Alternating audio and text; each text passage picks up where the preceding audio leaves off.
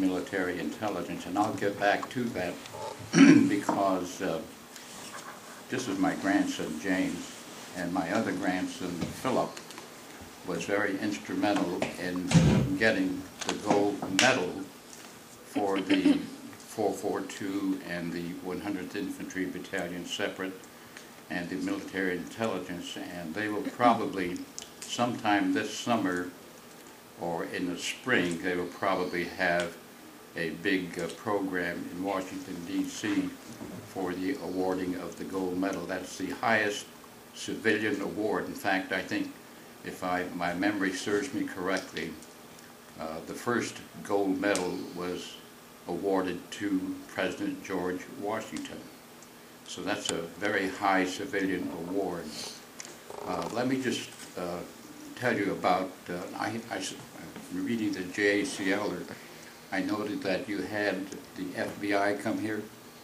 Yes, not for this program, yeah, but for the board, yeah. Yeah, and I was interested in reading about that because one of the first memories I have after Pearl Harbor was when 3 FBI agents came to our house, and they looked 10 feet tall. And of course, I'm sure that we did not challenge them or anything. Do you have a subpoena or something like that? You know, we knew our rights, but you know, we would totally intimidated by these 3 FBI agents. They came to the house, they searched the house, they questioned all of us, and then they took my father away, and we would not see him again until perhaps a good year or 2 years later. He was taken to the Santa Fe, New Mexico Department of Justice concentration camp. And I always use the word concentration camp. You know, these euphemisms that they use like internment and assembly centers, relocation centers, that's just a lot of BS. They were concentration camps, and I always make it a point to emphasize that they were not like the death camps, the extermination camps that we had in Germany and other places, but they were definitely concentration camps, and I don't believe in pulling strings. It was because of the racist leadership of these United States of America, and that starts with President Franklin Delano Roosevelt all the way down through even Attorney General Biddle. He was the guy, the Attorney General of the United States, and for example, like when they came to our house, I don't know whether they had a subpoena or validation of any kind, but we were afraid to challenge them.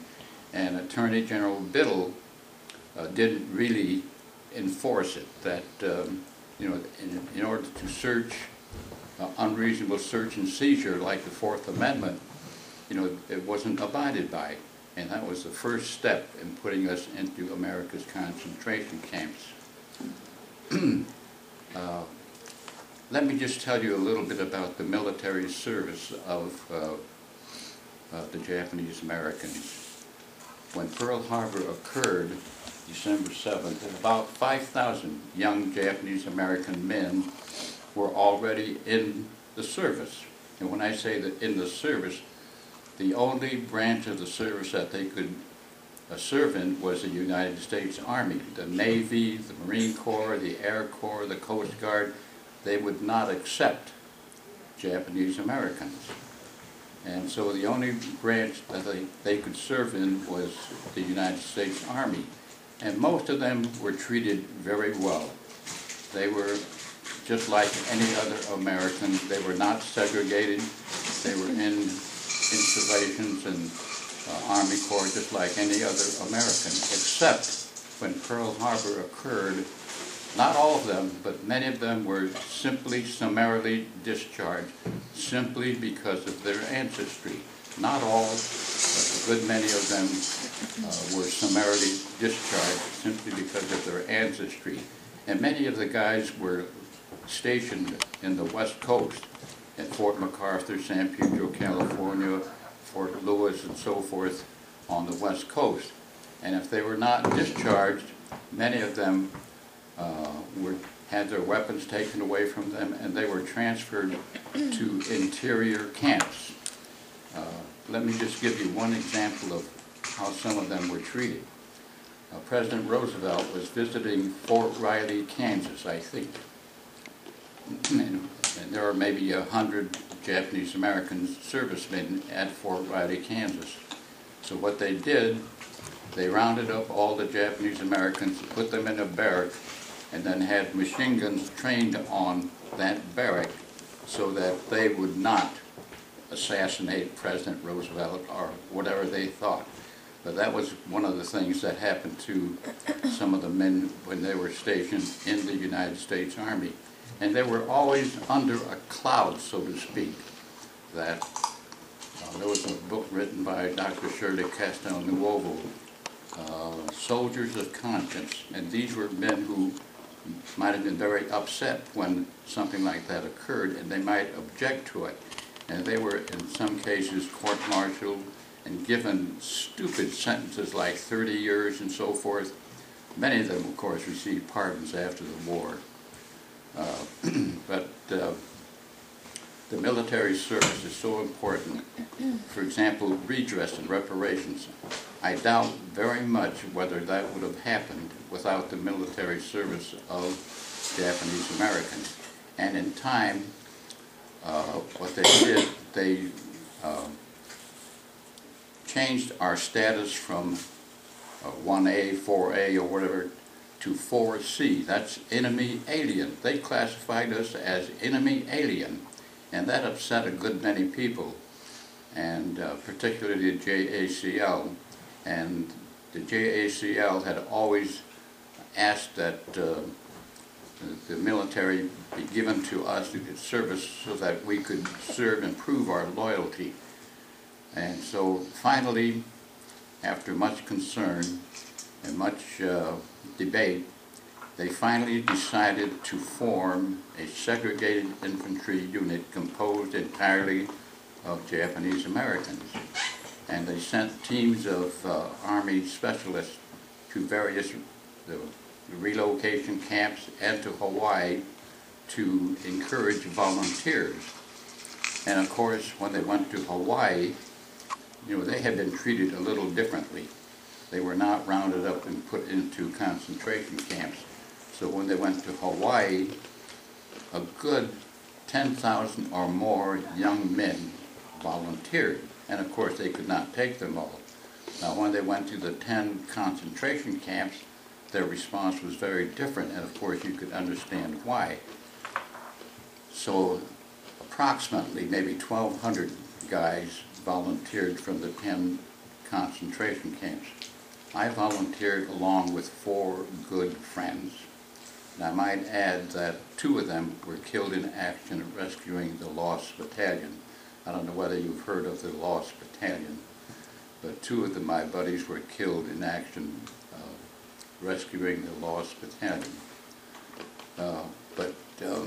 When we volunteered, we trained at Camp Shelby, Mississippi, and I always tell students when I talk to them that our first battle occurred at Camp Shelby, Mississippi. Now, Camp Shelby, Mississippi was probably the largest infantry training camp in the United States. And of course, all of a sudden, when you see maybe 5,000 persons with the face of the enemy descending on Camp Shelby, Mississippi, there were guys who were going to have something to say. And I have to tell you that these guys from Hawaii are a little different from the mainland Katonks, as we were called. And they would not take anything from anybody. And so they had a lot of fights. And of course, in time, the guys respected us. But I always tell the students that that was our first battle at Camp Shelby, Mississippi. I talked to a lot of students, and lately I've just been getting too old now, and I've had to cancel. But I always tell students they treated the horses, animals, better than us. We were sent to Camp Santa Anita Racetrack. They moved the horses out, and they moved us in. So I always tell the students that they treated the horses, animals better than us. And when you think about it, the Kentucky Derby is coming up shortly. you know, the Kentucky Derby, the horse that wins that race, they are worth millions of dollars. Millions, not just thousands, but millions of dollars. And so you can understand why they treated the horses, especially racehorses, better than us, because they were worth a lot of money. And of course, we were not worth 2 cents. So I always tell them that. And of course, one of the things that they said was you could not bring cameras into the campgrounds. And of course, later on, you know, people were leaving the camps, they were returning to visit their families, so cameras became available. But I always found this one very interesting. You know, just before going over to fight for this great democracy, where did I visit? I visited my parents in a concentration camp. And I'll just let you take a look at it. That's from the Sun-Times. This is from the Tribune. As I mentioned, one of the things that James's older brother, he graduated from Northside College Prep also, and from the UIC, and he now works for the JACL. And one of the things that he did, and Floyd Morey gives it, he and Helen Shiraki, I think her name is? Jean Shiraki. Yeah, Jean Shiraki. A lot of credit is that they were responsible for getting 66 senators to co-sponsor the bill that awarded us the gold medal. So they had a lot of work to do. And they were able to finally get 66 senators to co-sponsor the bill to award us the gold medal. As I mentioned, the gold medal is a civilian award, the highest civilian award. It will be presented to us, the 442, the 100th Infantry Battalion Separate, and the MIS. And I'm glad that they finally included the MIS, because they did not get the publicity that the 442 and the 100th received, but they played a very, very important role in the Pacific War. In fact, General Willoughby, the intelligence officer for General MacArthur, says that the Japanese-American Military Intelligence Service guys probably shortened the Pacific War by 2 years, maybe saved millions of lives, both American and Japanese, through their interrogation of prisoners, captured documents, so forth and so on. So I'm glad that they're finally receiving the credit that was due to them. Now, I might just mention, too, finally, that we were suffering a lot of casualties in Italy and France, and they needed Japanese Americans for replacement. And so they decided to reinitiate the draft. And I think this is such a stupid thing for our government to do. And of course, there were a number of Japanese Americans, especially at Heart Mountain, Wyoming, that refused to respond to the draft. And they said, we will not take the physical. And they were tried, and I think some of them were sentenced to 3 or 4 years at Fort Leavenworth Federal Penitentiary and other places. But in time, they received a pardon. In fact, the JACL, over many, many years, it presented a real divide within the Japanese American community, and I think probably the JACL in time recognized that they, in a sense, were standing up for their rights. All they said was, give us our rights back, release our families, we'll be glad to serve in the armed forces. But of course, our government would not do that.